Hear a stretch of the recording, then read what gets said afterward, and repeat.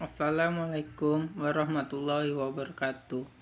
Perkenalkan, nama saya Mesari Hafiz, NPM 1975 10 008. Mata kuliah Sosiologi Perilaku Menyimpang. Dosen Riki Novarizal, Esos, MKrim. Baiklah, saya akan menjelaskan tentang social control. Kontrol sosial atau social control adalah suatu upaya teknik dan strategi yang mencegah perilaku manusia untuk menyimpang dalam masyarakat. Kontrol sosial terjadi dimanapun, contohnya keluarga, sekolah, dan masyarakat. Kebanyakan orang yang melanggar norma-norma sosial yang ada akan diberi sanksi, sanction, atau hukuman dan penghargaan karena melakukan sesuatu yang terkait dengan norma sosial. Asumsi umum. Teori kontrol sosial tertarik pada pernyataan mengapa sebagian orang taat pada norma.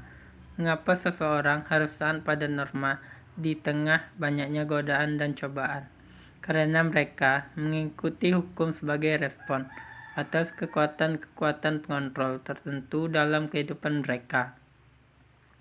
Mereka menjadi kriminal ketika kekuatan-kekuatan yang mengontrol tersebut lemah atau hilang.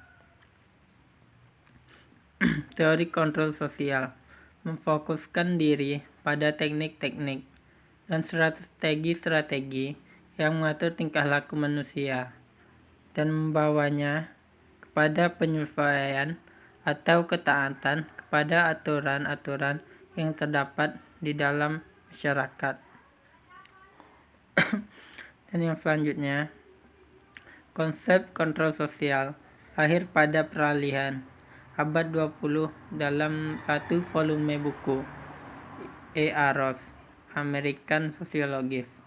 Menurutnya, sistem keyakinanlah dibanding hukum-hukum tertentu yang membimbing apa yang dilakukan orang-orang dan yang secara universal mengontrol tingkah laku, tidak peduli apapun bentuk keyakinan yang dipilih.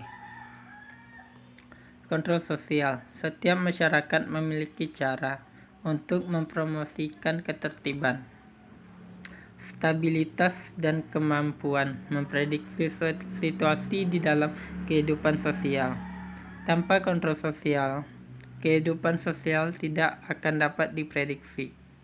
Ada dua tipe umum dari kontrol sosial. Yang pertama, kontrol sosial internal, dan yang kedua, kontrol sosial eksternal.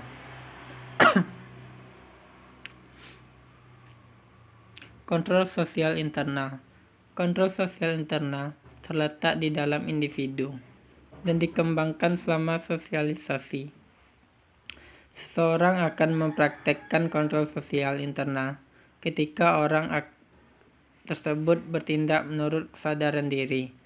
Anda melakukan sesuatu karena sesuatu tadi benar untuk didapatkan. Kebanyakan orang bertindak menurut sosial internal. Mereka melakukan sesuatu yang benar di dalam kebanyakan waktunya. Contoh pengendalian sosial internal. Misalnya, pada Departemen Pendidikan Nasional, terdapat aparat pengendali yang disebut Inspektur Jenderal, hingga para pengawas di tingkat pendidikan dasar, menengah, dan pendidikan atas. Kontrol sosial eksternal. Proses dari sosialisasi tidak menjamin bahwa semua orang akan menyesuaikan diri dengan aturan-aturan sosial sepanjang waktu. Kontrol sosial eksternal juga harus dihindarkan.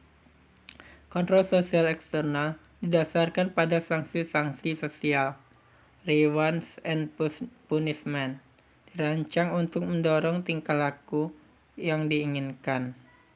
Pengendalian sosial eksternal yaitu pengendalian sosial yang berasal dari rakyat pada penguasa karena dirasa adanya penyimpangan yang dilakukan oleh penguasa. Misalnya, usulan melalui DPR, pemogokan, dan demonstrasi. Contoh pelaku pengendalian eksternal adalah aparat kepolisian atau tokoh-tokoh masyarakat, selalu pengamat pelaksanaan kebijakan pemerintah. Dan yang selanjutnya, sistem formal untuk mengontrol kelompok-kelompok. Yang pertama, sistem hukum, undang-undang dan penegak hukum. Yang kedua, kelompok-kelompok kekuatan di masyarakat. Dan yang ketiga, arahan-arahan sosial dan ekonomi dari pemerintah atau kelompok swasta. Jenis-jenis kontrol ini dapat menjadi positif ataupun bisa menjadi negatif. Teori-teori kontrol sosial. Yang pertama, social bonds. Travis Hirschi. Terdapat 4 social bonds yang mendorong socialization atau sosialisasi dan conformity atau penyesuaian diri, yaitu attachment, commitment, involvement, dan belief.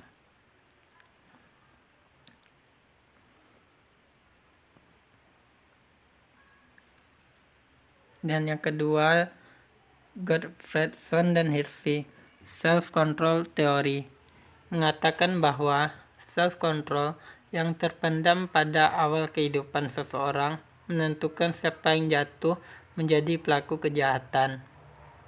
Maka, kontrol sosial merupakan suatu keadaan internal yang permanen dibandingkan hasil dari penjelajahan faktor sosiologis.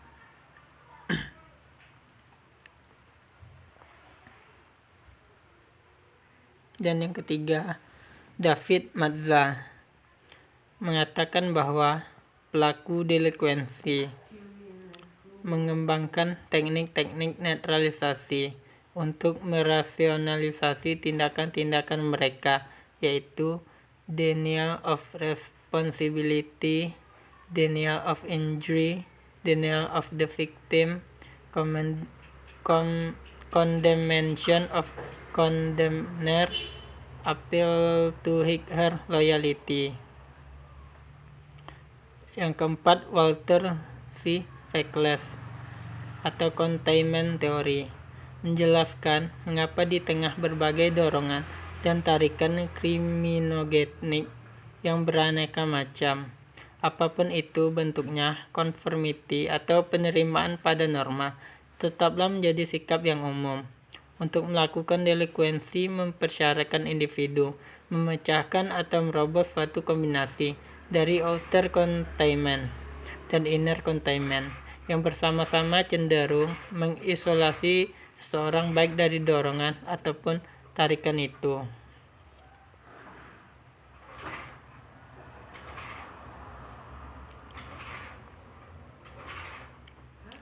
Dan yang selanjutnya, fungsi pengendalian atau kontrol sosial. Fungsi pengendalian atau kontrol sosial di dalam suatu masyarakat, yaitu untuk mencegah agar terhindar dari penyimpangan terhadap sistem nilai dan norma yang berlaku dalam kehidupan masyarakat, memulihkan keadaan yang disebabkan oleh adanya penyimpangan terhadap sistem nilai dan sistem norma yang berlaku di kehidupan masyarakat.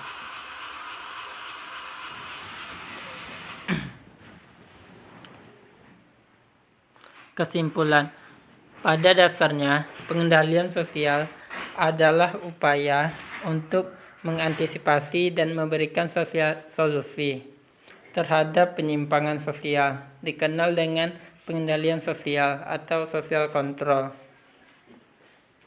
Pengendalian sosial merupakan sebuah proses yang direncanakan atau tidak dirancangkan dengan tujuan mengajak, bimbing, bahkan memaksa masyarakat agar mematuhi nilai-nilai atau aturan-aturan yang berlaku. Atau dengan kata lain, pengendalian sosial merupakan tindakan pengawasan terhadap perilaku anggota masyarakat agar tidak melakukan penyimpangan. Baiklah, mungkin itu saja yang dapat saya sampaikan. Semoga videonya bermanfaat bagi yang menonton. Dan terima kasih. Assalamualaikum warahmatullahi wabarakatuh.